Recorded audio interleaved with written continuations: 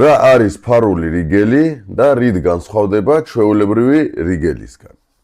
ძალიან მარტივია ამის გარჩევა. ჩვეულებრივი რიგელი გადახურვის ქვემოთ ჩანს. ანუ თუ ჭერს შეხედავთ, მის კონტურს მარტივად დაინახავთ. ფარული რიგელი კი ფილის ცისქეშია მოქსოვილი, ანუ უბრალოდ რომ ვთქვათ, არმირებაა გაძლიერებული, ამიტომ ქვემოდან პრაქტიკულად არ ჩანს და სწორედ ამიტომ ეძახიან ფარულ რიგელს. ბევრს გონია, რომ თუ პროექტში ფარული რიგელია, ეს ავტომატურად უფრო მყარ კონსტრუქციას ნიშნავს. სინამდვილეში ყოველთვის ასე არ არის.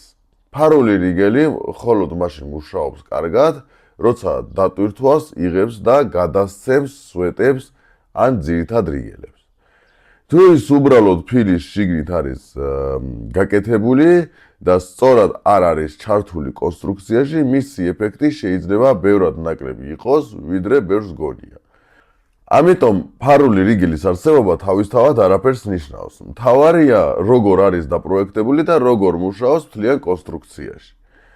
შეგახსენებთ, რომ ჩვენ გვაქვს როგორც ერთჯერადი სამშენებლო კონსულტაცია, ასევე თქვენი ობიექტის სრული სამშენებლო კონტროლის სერვისი. დიდი მადლობა ყურადღებისათვის, გამოიწერეთ ჩვენი გვერდი, აქ ვსაუბრობთ მშენებლობაზე მარტივი ენით.